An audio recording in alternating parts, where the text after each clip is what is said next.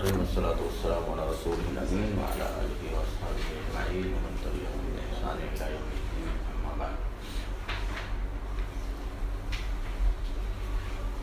امام احمد بن حنبل رحمہ اللہ کی کتاب اصول السنہ کا مسلسل سلسلہ وار درس چل رہا ہے۔ اس سے پہلے سنت اور بدعت کے سلسلے میں بہت ساری باتیں آپ حضرات کے سامنے آ چکی ہیں، اور اس تعلق سے بہت ساری تفصیلات پیش کی جا چکی ہیں۔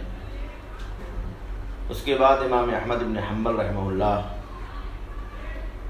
سنت کے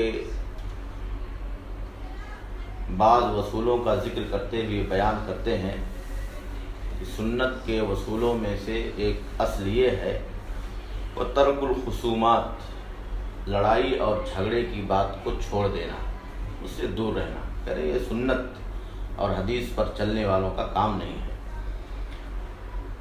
اور اسی طرح سے وہ ترک الجلوس مع اصحاب الاہواء، ہوا پرست جو لوگ اپنے خواہش نفس کی اتباع کرتے ہیں اور دین اور شریعت سے علیحدہ ہو کر کے اپنی طبیعت کی باتوں پر اپنی زندگی گزارتے ہیں، چاہے اس کا تعلق بدعات سے ہو یا اسی طرح سے دنیا داری سے ہو۔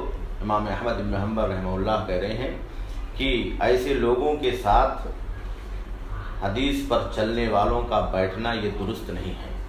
انہیں چاہیے کہ ان کی مجلسوں سے اور ایسے لوگوں کی محفلوں سے دور رہیں۔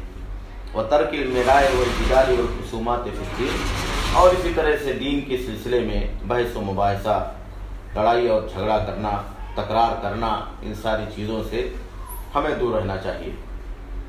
تو یہ اس بات کی طرف امام احمد بن حنبل رحمہ اللہ نے اشارہ کیا ہے کہ ایک مسلمان کا یہ شیوا ہونا چاہیے کہ وہ دین کو دوسرے لوگوں تک پہنچائے اور اتمام حجت کرے۔ جو دلیل ہے قرآن کی یا حدیث کی، جو صحیح بات ہے اس کو پہنچا دے۔ اس کا کام ہے پہنچانا، اس کا کام ہے نصیحت کرنا۔ اب اس کے بعد وما علینا الا البلاغ المبین، ہمارے اوپر صرف پہنچانے کی ذمہ داری ہے۔ آگے بحث و مباحثہ کرنا جس سے جھگڑے پیدا ہوں، اختلافات پیدا ہوں، تنازع ختم ہوں اور فتنے پیدا ہو جائیں، اس میں ہمیں اور آپ کو داخل نہیں ہونا چاہیے۔ یہ سنت پر چلنے والوں کا کام نہیں ہے۔ اللہ کے بندوں تک نیک نیتی کے ساتھ، نصیحت اور خیر خواہی کے ساتھ اچھی باتوں کو اور صحیح باتوں کو قرآن اور حدیث کی روشنی میں پہنچانا چاہیے۔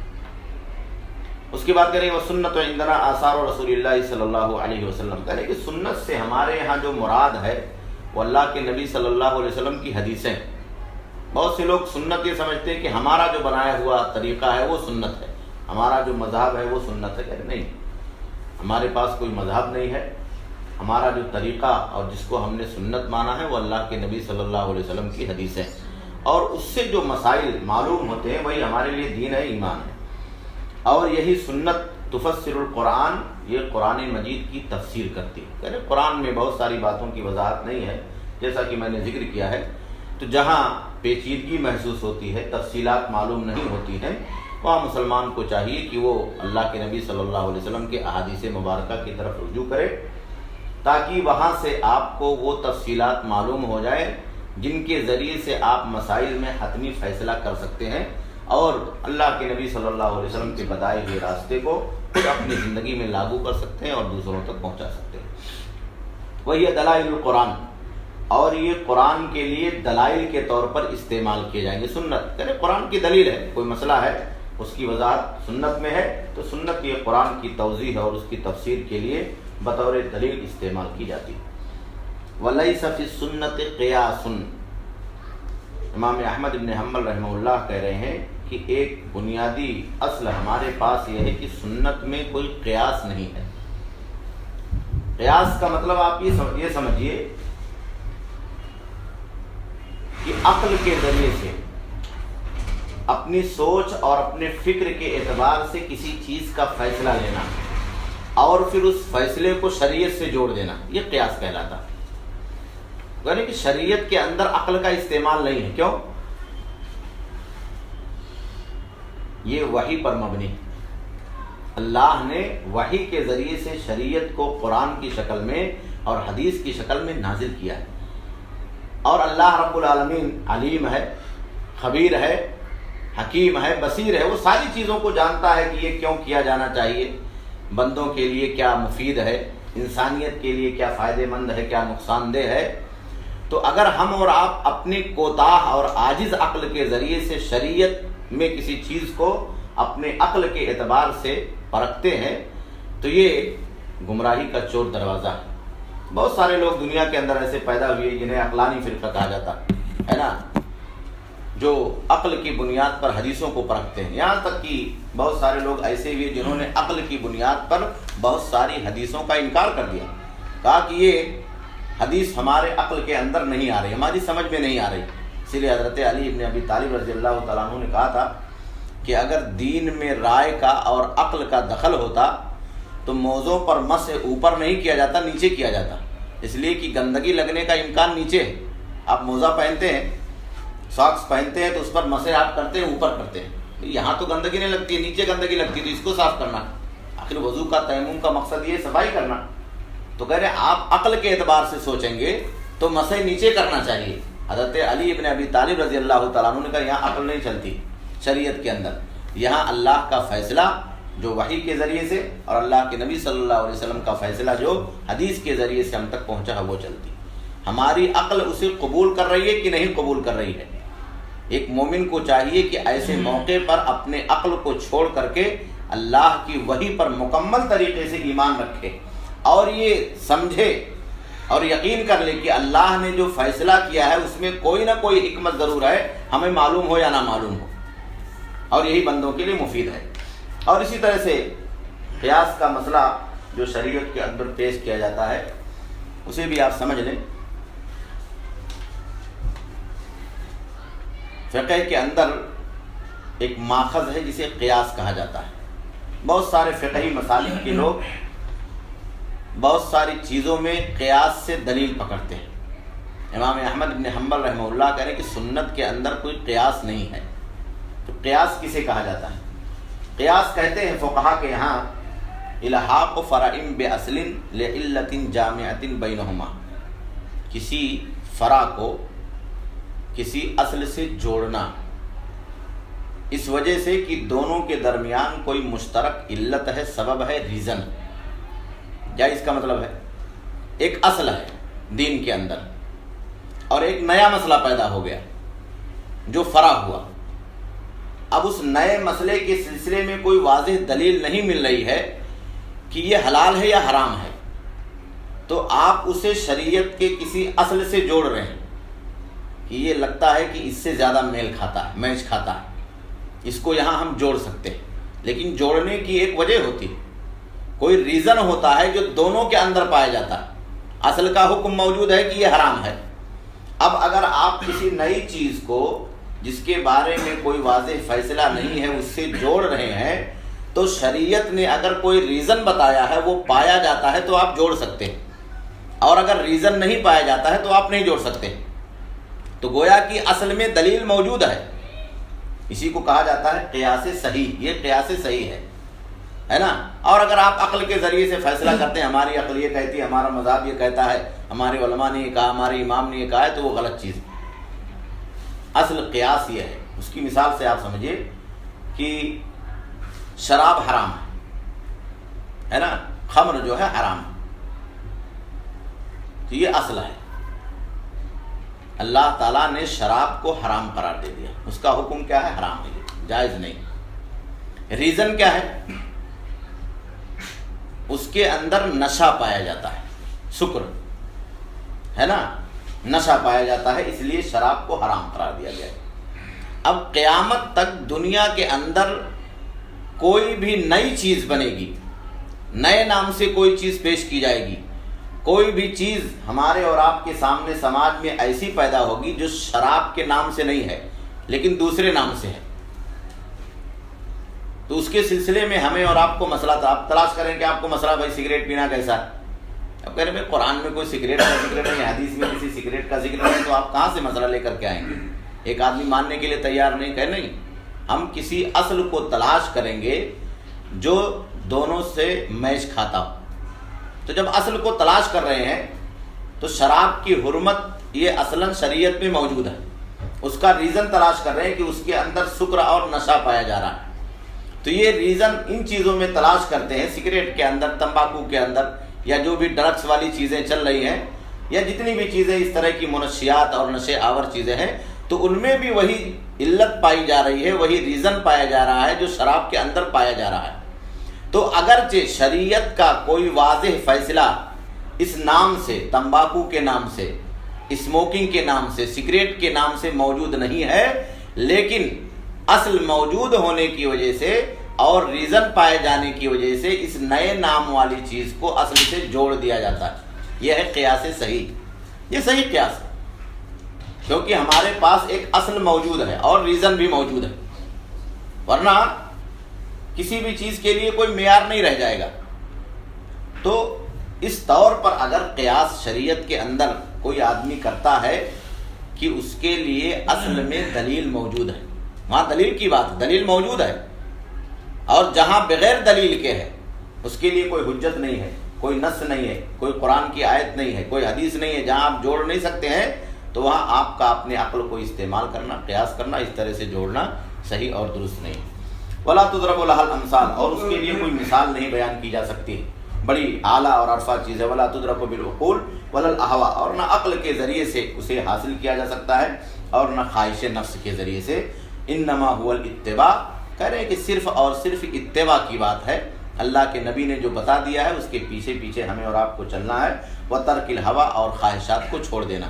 کہہ رہے خواہش نفس اگر ہم شریعت کے اندر داخل کریں گے تو شریعت کے اندر کوئی بھی چیز ہمارے اور آپ کے لیے کارگر نہیں ہو سکتی۔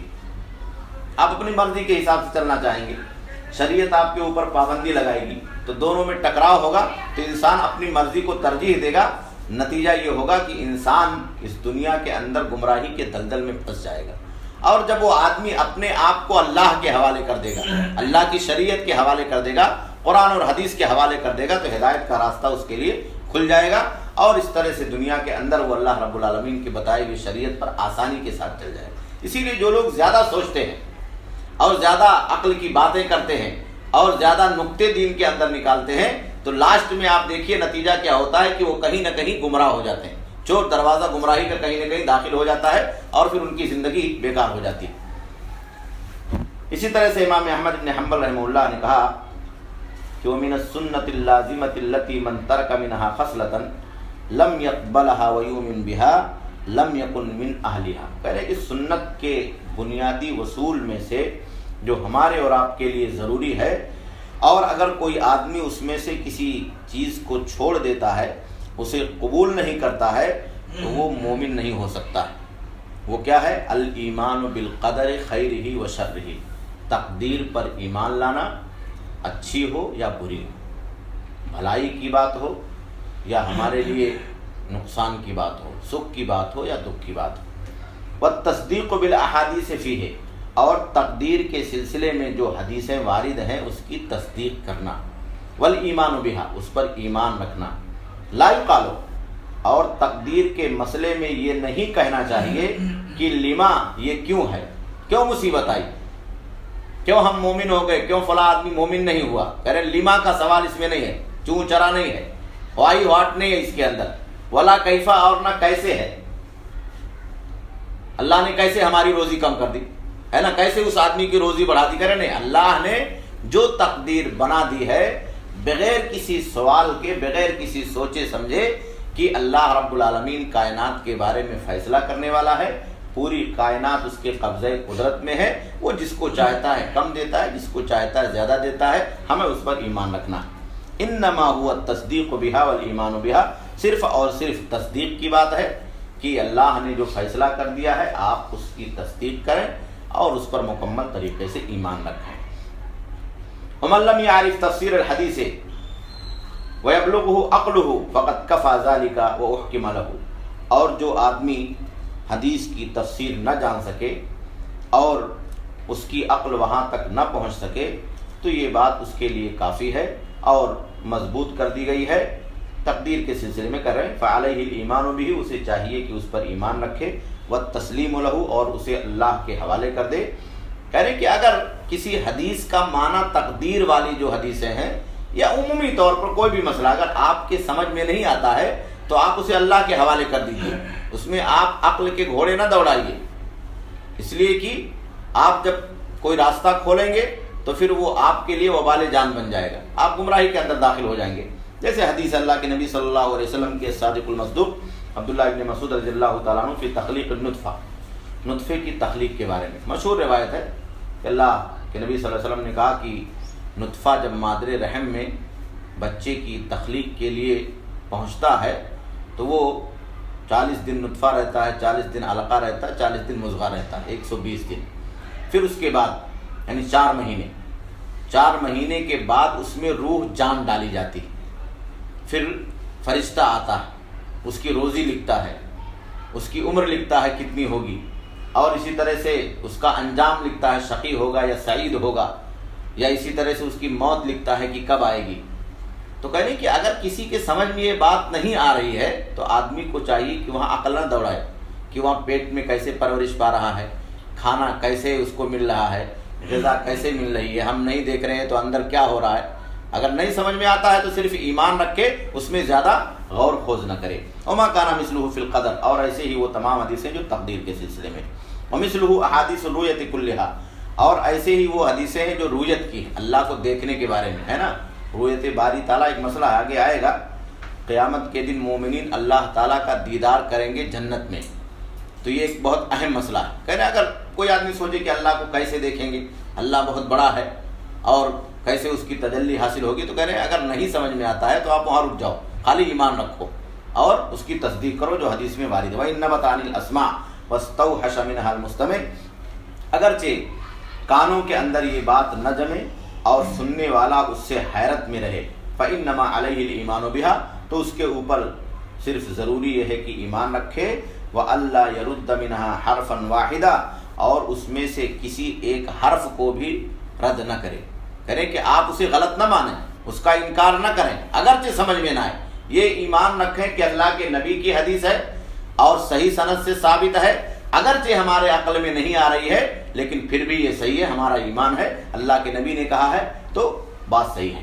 وغیرہ من الاحادیث الماثورات عن الثقات، اور اسی طرح سے وہ تمام حدیثیں جو ثقہ راویوں کے ذریعے سے منقول ہیں، کہہ رہے کہ اسی کے مثل تمام حدیثیں اگر صحیح سند سے ثابت ہیں تو انکار کی اس میں کوئی گنجائش نہیں ہے، سمجھ میں آتا ہے تو بھی ٹھیک ہے، نہیں سمجھ میں آتا ہے تو ہم اپنے عقل کو مورد الزام ٹھہرائیں گے، حدیث کو مورد الزام نہیں ٹھہرائیں گے۔ یہی اہل سنت کا اور محدثین کا طریقہ رہا ہے۔ وَأَلَّا يُخَاصِمَ أَحَدًا، اور اس سلسلے میں کسی سے جھگڑا نہ کرے، وَلَا يُنَازِرَهُ، نہ کسی سے مناظرہ کرے، کہہ رہے کہ کوئی بحث جھگڑے کی بات ہے، کوئی نہیں مانتا ہے تو آپ اس سے بحث و حجت نہ کریں، اللہ کا کلام اس تک پہنچا دیں، جو صحیح بات ہے وہاں تک پہنچا دیں۔ وَلَا يَتَعَلَّمُ الْجَدَالَ، اور نہ بحث و مباحثے کی باتیں سیکھیں۔ فَإِنَّ الْكَلَامَ فِي الْقَدْرِ وَالرُّؤْيَةِ وَالْقُرْآنِ وَغَيْرِهَا مِنَ السُّنَنِ مَكْرُوهٌ، اس لیے کہ تقدیر کے بارے میں گفتگو کرنا، اللہ کی رؤیت کے بارے میں گفتگو کرنا، قرآن کے بارے میں اس طرح کی گفتگو جس کا تعلق بحث و جدال سے ہو، یہ سب ایسے طریقے ہیں جسے ناپسند کیا گیا ہے، منہی عنہ، اور جس سے روکا گیا ہے۔ لا یکون صاحبہ وَإِن كَانَ وَإِن أَصَابَ بِكَلَامِهِ السُّنَّةَ، اس کا کرنے والا آدمی اگرچہ اپنے بات سے سنت کا تذکرہ کرے، یہ کبھی بھی اہل سنت میں سے نہیں ہو سکتا ہے، حتیٰ یدع الجدال، یہاں تک کہ وہ بحث و مباحثے کی بات کو چھوڑ دے، ویؤمن بالآثار، اور حدیث پر ایمان کامل رکھ لے۔ کہ امام احمد بن حنبل رحمہ اللہ نے یہاں سنت اور اس کی اتباع کے لیے جہاں بدعت سے ہمیں اور آپ کو دور رہنے کا حکم دیا ہے، وہاں لڑائی جھگڑے سے بھی، بیجا بحث و تکرار سے بھی دور رہنے کا حکم دیا ہے۔ بہت سے لوگ ایسے ہیں، آپ دیکھیں سماج و معاشرے کے اندر، اگر آپ ان کے پاس صحیح حدیث پیش کریں اور پھر زیادہ بحث و مباحثے میں لگ جائیں تو بسا اوقات وہ حدیثوں کا انکار کر دیتے، رد کر دیتے، نہیں سمجھ میں آتا ہے یا ان کے اپنے مسلک کے خلاف ہے، امام کے خلاف ہے، تو وہ کیا کرتے ہیں، جان بوجھ کر کے یا نادانستہ طور پر قرآن کی اس آیت کو یا اللہ کے نبی صلی اللہ علیہ وسلم کی حدیث کو رد کر دیتے ہیں۔ تو ایک بڑی عجیب و غریب بات، اگر انسان جان بوجھ کر کے اس طرح کا فعل کرے تو بسا اوقات وہ آدمی دین سے بھی خارج ہو سکتا ہے، قرآن کا منکر ہے، حدیث کا منکر ہے۔ اس لیے یہ چور دروازے جو انکار حدیث تک پہنچتے ہیں یا شریعت کے اندر ہمیں اور آپ کو کہیں ایسی جگہ پر لے جاتے ہیں کہ ہم اور آپ خود شریعت کے سلسلے میں جج اور قاضی بن جاتے ہیں، تو اللہ کے نبی صلی اللہ علیہ وسلم نے اس سے ہمیں اور آپ کو روکا ہے، اور اس کی بڑی فضیلت ہے۔ اللہ کے نبی صلی اللہ علیہ وسلم نے حدیثوں کے اندر اور خود اللہ رب العالمین نے قرآن مجید کے اندر بحث و جدال سے ہمیں اور آپ کو منع فرمایا، کہا اگر کوئی آدمی حق پر بھی ہے اور جب دیکھ رہا ہے کہ معاملہ آگے بڑھ رہا ہے تو یہ سمجھ کر کے کہ اس سے جھگڑا بڑھے گا، فتنہ بڑھے گا، وہ اپنے آپ کو روک لیتا ہے، تو یہ انسان جنت کا مستحق ہے۔ اللہ کے نبی صلی اللہ علیہ وسلم نے ایسے آدمی کو جنت کی بشارت دی۔ اس لیے سنت اور اللہ کے نبی صلی اللہ علیہ وسلم کی حدیثوں کو سمجھنے، پڑھنے اور اس کی تبلیغ کے لیے ہمیں اور آپ کو جہاں ان تمام باتوں پر عمل کرنا ہے، وہیں بحث و مباحثے سے، جدال، لڑائی اور جھگڑے سے اور بیجا تکرار اور فتنے کی باتوں سے بھی دور رہنا ہے، تاکہ اللہ کے نبی صلی اللہ علیہ وسلم کا پیغام پوری آفاقیت اور سچائی کے ساتھ لوگوں تک پہنچ سکے۔ یا امام احمد بن حنبل رحمہ اللہ نے تقدیر کا مسئلہ ذکر کیا ہے، ایک بہت اہم پوائنٹ ہے، یہ عقیدے کے اندر بہت بیس والی چیز، ایمان بالقدر خیرہ و شرہ۔ اب دیکھیں ایمان کے جو 6 ارکان ہیں، ان 6 میں سے ایک رکن ایمان بالقدر ہے، تقدیر پر ایمان رکھنا، الایمان باللہ، الایمان بالملائکہ، الایمان بالکتب، آسمانی کتابوں پر ایمان رکھنا، فرشتوں پر ایمان رکھنا، اللہ پر ایمان رکھنا، ایمان بالرسول، رسولوں پر ایمان رکھنا، اور ایمان بالیوم الآخر، آخرت پر ایمان رکھنا۔ 5 چیزیں ہو گئی۔ والایمان بالقدر خیرہ و شرہ، تقدیر پر ایمان رکھنا، بھلی ہو یا بری ہے نا۔ تقدیر کا معنی کیا ہے آپ سمجھ لیں۔ تقدیر کے سلسلے میں بہت سارے لوگوں کے ذہن میں یہ شبہ پیدا ہو جاتا ہے کہ ہمارے تقدیر میں اللہ تعالیٰ نے لکھ دیا ہے، اس لیے ہم مجرم نہیں، ہے نا۔ آدمی اس ناہید سوچتا ہے کہ ہم غلط کام کر رہے ہیں، اللہ نے لکھ دیا تو کر رہے ہیں، ہماری کوئی غلطی نہیں، اللہ نے لکھا تھا اس لیے ہو گیا۔ تو اس ناحیے سے آپ نہ سوچیں، تقدیر کا معنی آپ سمجھ لیں کہ تقدیر کیا چیز ہے۔ تقدیر کہتے ہیں اللہ کا فیصلہ، اللہ کا فیصلہ جو اللہ تعالیٰ نے اپنے علم کے مطابق، اللہ جانتا ما کان و ما یکون، جو پچھلے ماضی میں ہو چکا ہے، جو آئندہ ہونے والا، ساری چیزوں کو قیامت تک جو دنیا میں ہوگی سب چیز کو جانتا ہے۔ تو اپنے علم کے مطابق اللہ تعالیٰ کا وہ فیصلہ جسے روز ازل میں اپنے بندوں کے تعلق سے لوح محفوظ میں اللہ تعالیٰ نے لکھ دیا، اس کو کہتے ہیں تقدیر۔ اللہ نے جب یہ کائنات بنائی تو اس کے بنانے سے 50,000 سال پہلے ہماری اور آپ کی تقدیر کو دنیا میں کیا ہوگا، کیسے یہ کائنات بسائی جائے گی، انسان یہاں کیا کرے گا، کون آدمی کیسا ہوگا، ساری چیزوں کو اللہ رب العالمین نے لکھ دیا۔ جب فالقلم بما انت لاقم، قلم تھا اللہ کے پاس، قلم کو حکم دیا اور قلم نے ساری چیزوں کو لکھ دیا، اسے کہتے ہیں روز ازل۔ آسمان و زمین کے پیدائش سے پہلے کے جو ایام ہیں وہ روز ازل۔ تو وہاں پر اللہ تعالیٰ نے لوح محفوظ میں جہاں تقدیر لکھی جاتی ہے، بندوں کے اعمال لکھے جاتے ہیں، اسے لوح محفوظ کہا جاتا ہے، جو اللہ کے پاس موجود ہے۔ ہم دنیا میں جو عمل کرتے ہیں فرشتے لے کر کے جاتے ہیں، اسے اللہ کے پاس پہنچاتے ہیں، اور جو اللہ نے فیصلہ کیا وہ لوح محفوظ میں لکھا ہوا۔ تو اللہ کا فیصلہ جسے اللہ نے اپنے علم کے مطابق بندوں کے تعلق سے روز ازل میں لوح محفوظ میں لکھ دیا، یہ ہے تقدیر۔ تقدیر یہ اللہ کا علم ہے، اور اللہ کا علم کبھی غلط نہیں ہو سکتا۔ یہ فیصلہ فیصلہ تو ہے ہی، لیکن اللہ کا علم ہے۔ آدمی یہ سوچتا کہ اللہ نے لکھ دی، اتنا سوچتا اللہ نے لکھ دیا ہے تو ہم نے غلط کیا، تو ہم غلط نہیں ہیں، وہ جس نے لکھا ہے وہ غلط، نعوذ باللہ، ایسا نہیں سوچنا چاہیے۔ یہ چور دروازہ اللہ کے نبی نے اسی لیے منع فرمایا، کہا اگر تقدیر کے سلسلے میں کوئی آدمی بحث کرتا ہے تو آپ اس سے بحث مت کرو، کیونکہ یہ کفر تک پہنچا دے گا۔ کسی آدمی نے کہا بھائی آپ کو کس نے پیدا کیا، کہا اللہ نے پیدا کیا۔ زمین کو کس نے پیدا کیا، اللہ نے پیدا کیا۔ آسمان کو کس نے پیدا کیا، اللہ نے پیدا کیا۔ پہاڑ کو کس نے پیدا کیا، اللہ نے کہا اللہ کو کس نے پیدا کیا لاسٹ میں، کہہ رہے ہیں کہ یہ شیطان کا وسوسہ ہے جو اس طرح کے سوالات لا کر کے آخر میں آپ کو گمراہ کرنا چاہتا ہے۔ تو ایسے ہی تقدیر کا مسئلہ ہے نا، آپ مومن ہیں کیوں؟ اللہ نے لکھا ہے۔ آپ کافر ہیں کیوں؟ اللہ نے لکھا ہے۔ آپ نے گناہ کا کام کیا کیوں؟ اللہ نے لکھا ہے۔ آپ نے نماز پڑھی، اللہ نے لکھا ہے۔ تو بھائی کسی کی کوئی غلطی نہیں، اللہ نے جو فیصلہ کیا ہم وہی کر رہے ہیں، اللہ جانے۔ بہت سے لوگ کہتے ہیں اللہ جانے، نہیں، یہ اللہ کا علم ہے، اور اللہ کا علم غلط نہیں ہو سکتا ہے۔ وہ ہمارے بارے میں جانتا تھا کہ ہم اپنی طبیعت کے اعتبار سے دنیا میں جب پیدا کیے جائیں گے تو ہمارے سامنے اچھا راستہ بھی ہوگا، برا راستہ بھی ہوگا، ہم کون سا راستہ اختیار کریں گے، ہماری طبیعت کون سے راستے کی طرف مائل ہوگی۔ تو اللہ کو معلوم تھا، اللہ نے لکھ دیا ہے کہ ہم خیر کے راستے پر چلیں گے یا برائی کے راستے پر چلیں گے، اس لیے اللہ کا علم غلط نہیں ہو سکتا ہے۔ اللہ نے مجبور نہیں بنایا۔ صرف ایک فرقہ نکلا جسے جبریہ کہا جاتا تھا، ان لوگوں نے تقدیر کا انکار کر دیا، کہا تقدیر نہیں، ہم مجبور محض ہیں، مجبور محض ہیں، کہا ہماری کوئی غلطی نہیں ہے نا، ہماری کوئی غلطی نہیں ہے۔ کوئی شرک کرتا ہے، کوئی کفر کرتا ہے، کوئی گناہ کرتا ہے، کوئی پاپ کرتا ہے، کوئی ایمان لاتا ہے، کوئی مومن ہوتا ہے، کوئی کافر ہوتا ہے، کوئی کچھ کرتا ہے، کہا کسی کی کوئی غلطی نہیں، جو کچھ تقدیر میں لکھا ہوا وہ کر رہا، ہم ایک دم بالکل مجبور ہیں، ہمارے سامنے کوئی چارے کار نہیں۔ حضرت عمر رضی اللہ تعالیٰ عنہ کے زمانے میں اسی طرح کا ایک آدمی حضرت عمر رضی اللہ تعالیٰ عنہ کے پاس لائے گئے، اس نے کچھ گناہ کیا تھا، تو پکڑا اس کو حضرت عمر نے، تو کہا کہ بھائی تم نے کیوں کیا؟ کہا کہ امیر المومنین، میری قسمت میں، میرے تقدیر میں ایسے ہی لکھا تھا تو میں نے کر لیا۔ تو حضرت عمر رضی اللہ تعالیٰ عنہ نے کھینچ کر کے ایک تماشا مارا اس کو، تو کہا کیوں مارا؟ کہا اس لیے کہ تیری تقدیر میں لکھا تھا کہ آج عمر کے ہاتھ سے مار کھائے گا، تو کیوں بولتا ہے؟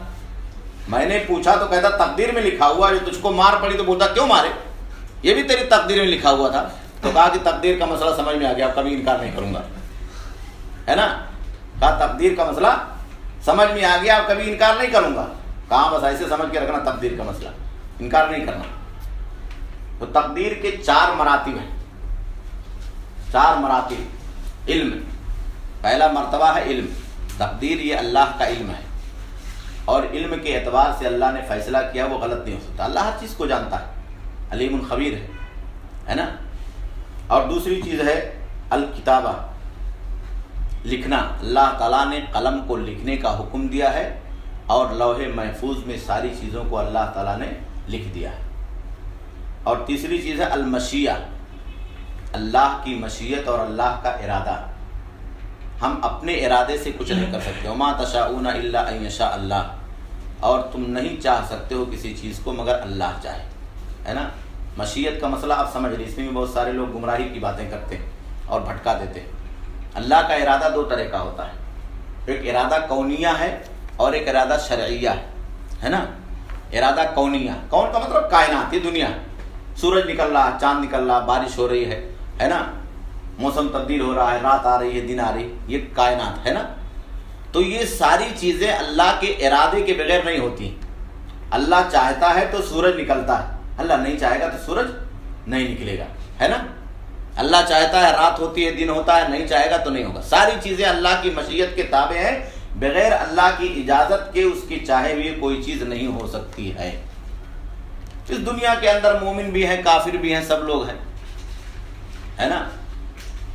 یہ ارادہ شرعیہ ہے۔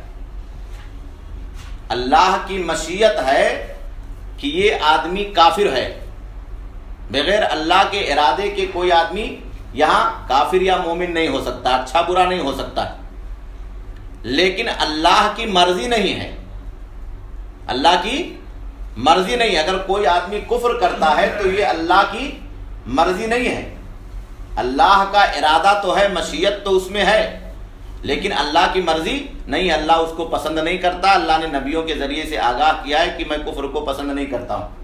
کوئی آدمی برائی کرتا ہے، کوئی آدمی اچھائی کرتا ہے، تو وہاں اللہ کا ارادہ ہوتا لیکن اللہ کی مرضی نہیں ہوتی، تو یہ ہے ارادہ شرعیہ۔ اللہ کا ارادہ ہو اور اللہ اسے پسند بھی کرے، آپ نماز پڑھ رہے ہیں تو اللہ کا ارادہ بھی ہے اور اللہ اسے پسند بھی کر رہا، ثواب دے گا، ہے نا۔ تو یہ ارادہ شرعیہ ہے۔ اور کائنات میں جو چیزیں ہو رہی ہیں ارادہ کونیہ ہے، اس میں اللہ کا صرف ارادہ ہوتا ہے، اللہ کی پسند اور ناپسند کوئی چیز نہیں ہوتی. آندھی آ گئی، طوفان آ گیا، بارش ہو گئی، کم ہو گئی، زیادہ ہو گئی، یہ ساری چیزیں اللہ کی مشیت کے تابع ہیں. وما تشاءون الا ان یشاء اللہ. اور اس کے بعد الخلق، پیدا کرنا. کہا کہ اللہ نے پہلے فیصلہ کیا اپنے علم کے مطابق، پھر لوح محفوظ میں اسے لکھا ہے نا، پھر اللہ نے ارادہ کیا، اور ارادہ کرنے کے بعد اللہ نے اس چیز کو دنیا کے اندر وجود بخشا. یہ 4 مرحلے ہیں، اس کے بعد تقدیر پوری ہوتی. چاروں پر اگر آپ ایمان نہیں رکھتے ہیں تو آپ تقدیر کے سلسلے میں گمراہ ہو جائیں گے، ہے نا. اس لیے ہمیں اور آپ کو اس چیز کو اچھی طرح سے سمجھ لینا چاہیے. اور دوسرا مسئلہ یہ ہے تقدیر کا کہ تقدیر کے ذریعے سے مصیبت میں حجت پکڑنا جائز اور درست ہے. معصیت میں حجت اور دلیل پکڑنا درست نہیں ہے. ایک بہت اہم مسئلہ ہے نا. دونوں چیزوں میں فرق ہے. مصیبت آپ کے اوپر آ گئی تو آپ وہاں تقدیر سے حجت پکڑ سکتے ہیں کہ اللہ نے میری تقدیر میں ایسے ہی لکھا تھا، اس لیے ہوگا. ایکسیڈنٹ ہو گیا، حادثہ ہو گیا، کسی کی موت آ گئی، اچانک کوئی بات ہو گئی، انسان پریشان ہو گیا، ہے نا. تو یہ تقدیر کیا ہے؟ صبر کا ایک بہت بڑا ذریعہ ہے. آپ نے کہا اللہ نے جو لکھا تھا، اللہ کا فیصلہ بہتر ہے، اسے لکھا تھا، اسے ہو گیا. تو مصیبت میں تقدیر سے حجت پکڑنا درست ہے، لیکن معصیت میں، برائی کے کام میں تقدیر سے حجت پکڑنا درست نہیں ہے. جیسے میں نے آپ کو بتایا حضرت عمر رضی اللہ تعالیٰ عنہ کا واقعہ. اگر معصیت اور گناہ کا کام کرتا ہے آدمی، کسی نے شراب پی لیا، پکڑ لیا، کسی نے کہا نہیں میری تقدیر میں لکھا تھا، میں نے پی لیا، میری کیا غلطی. یعنی معصیت میں مومن کو گناہ کے کام میں تقدیر سے حجت نہیں پکڑنا چاہیے. اللہ کے نبی صلی اللہ علیہ وسلم نے اسی لیے تقدیر کے سلسلے میں بہت ساری حدیثوں کے اندر ہمیں اور آپ کو واضح رہنمائی فرمائی ہے کہ بحیثیت ایک مومن کے ہمیں اور آپ کو چاہیے کہ تقدیر پر ایمان رکھیں. اسی لیے کہا خیرہ و شرہ، سکھ ہے، آسانی ہے، تب بھی ایمان رکھیں. کبھی دنیا کے اندر پریشانی آ گئی، کوئی دکھ پہنچ گیا، تب بھی ہم ایمان رکھیں کہ یہ ساری چیزیں اللہ کی طرف سے ہیں، ہے نا. ما شاء اللہ کان وما لم یشاء لم یکن. جو اللہ چاہتا ہے وہی ہوتا ہے، اور جو اللہ نہیں چاہتا ہے وہ نہیں ہوتا ہے. اسی لیے سلف نے اس بات کو سکھایا ہے کہ اگر اس طرح کی کوئی چیز ہو دنیا کے اندر تو آدمی کہے قدر اللہ ما شاء فعل. اللہ نے جو مقدر کر رکھا تھا وہی ہوا، ہے نا. اللہ نے جو چاہا تھا وہی ہمارے مقدر میں تھا، اور وہی چیز دنیا کے اندر وجود پذیر ہوئی. تب جا کر کے ہمارا اور آپ کا ایمان کیا ہے؟ اللہ تعالیٰ پر مکمل ہوگا، جب ہم تقدیر پر اچھی طریقے سے ایمان لائیں گے اور اللہ کے فیصلے کو اور اللہ کے علم کو تسلیم کریں گے. بہت سارے لوگ تقدیر کے سلسلے میں بہت ساری باتیں کرتے ہیں، اس سے ہمیں اور آپ کو آگاہ رہنا چاہیے اور ہوشیار رہنا چاہیے. یہ بھی کفر کا اور شرک کا ایک بہت بڑا چور دروازہ ہے، جہاں سے شیطان ہماری اور آپ کی زندگی میں داخل ہوتا ہے، ہمیں اور آپ کو گمراہ کر دیتا ہے. کسی آدمی کی اگر روزی گھٹ گئی تو آدمی پھر اس سے ناراض ہو کر کے، نالا ہو کر کے نعوذ باللہ بسا اوقات شریعت پر عیب لگاتا ہے، اللہ تعالیٰ پر عیب لگاتا ہے، یا بسا اوقات وہ تنگ آ کر کے خودکشی کرنے پر مجبور ہو جاتا ہے. تو یہ تقدیر پر ایمان کی کمی ہوتی. اگر تقدیر پر وہ ایمان رکھے تو ذرہ برابر وہ دنیا کے اندر اپنے آپ کو کمتر محسوس نہیں کرے گا، اور کسی بھی پریشانی یا مصیبت کے وقت وہ زندگی میں کوئی ایسا راستہ اختیار نہیں کرے گا کہ جان گنوا دے. بہت سارے لوگ ہیں، آپ دیکھیے ایگزام دیتے ہیں، بس اوقات فیل ہو گئے، ہے نا. دریا کے پاس گئے، کود کر کے مر جاتے ہیں، کسی بلڈنگ پہ چڑھ گئے، کود کر کے مر گئے، پھانسی کا پھندا لگا لیا، فین میں لٹک گئے. کیوں؟ فیل ہو گئے صرف، ہے نا. تو ان کا ایمان وہاں تقدیر پر بہت کمزور ہے، بالکل نہ کے برابر ہے. اگر تقدیر پر ایمان ہوتا کہ اللہ نے اچھا بھی اور برا دونوں چیزوں کو بنایا، ہمارے حق میں اللہ نے اچھا فیصلہ نہیں کیا تھا اس لیے آج ایسا ہو گیا کہ ہم فیل ہو گئے، تو انسان صبر کر لیتا ہے اور پھر اس کے بعد محنت کرتا ہے، کامیابی کا راستہ اس کے لیے کھلتا ہے. اور جب انسان جزا اور فضا کرتا ہے، پریشانی کا اظہار کرتا ہے، تو انسان کے دماغ پر اس کا اثر پڑتا ہے. تو نتیجہ یہ ہوتا ہے کہ آدمی اپنا توازن کھو بیٹھتا ہے، عقل کی طاقت کھو بیٹھتا ہے، اور پھر یہ سارے حادثات ہماری اور آپ کی زندگی میں رونما ہوتے ہیں. تو برائیوں سے اور مفاسد سے بچنے کا ایک بہت بڑا ذریعہ ایمان بالقدر ہے. اور زندگی میں جو مشکلات اور مصائب آتے ہیں، ان تمام چیزوں سے ایک مضبوط پناہ گاہ اللہ کے نبی صلی اللہ علیہ وسلم نے ہمیں اور آپ کو دیا ہے، وہ ایمان بالقدر ہے. آپ ہر جگہ اس چیز کو رکھیں، خاص طور پر مصیبت کے وقت یا پریشانی کے وقت، کہ اللہ کی بنائی ہوئی تقدیر ہے، ہمیں اس سے راضی رہنا ہے۔ اسی لیے اسے قضا بھی کہا جاتا ہے، قضاء الہی، رضا بالقضاء، اللہ کے فیصلے سے راضی ہونا۔ قضا اور قدر، اللہ نے جو فیصلہ کیا اور جو مقدر کیا وہ ہمارے لیے بہتر ہے، اور وہی ہمارے لیے اس دنیا کے اندر نجات کا ذریعہ ہے۔ اللہ رب العالمین سے دعا ہے کہ اللہ تعالی ہمیں اور آپ کو نیک باتیں سیکھنے اور سمجھنے کی توفیق عطا فرمائے، اور وہ تمام سنتیں جو اللہ کے نبی صلی اللہ علیہ وسلم نے ہمیں اور آپ کو دی ہیں اس پر عمل کرنے کی توفیق عطا فرمائے۔ ربنا تقبل منا انک انت السمیع العلیم۔ السلام علیکم ورحمۃ اللہ۔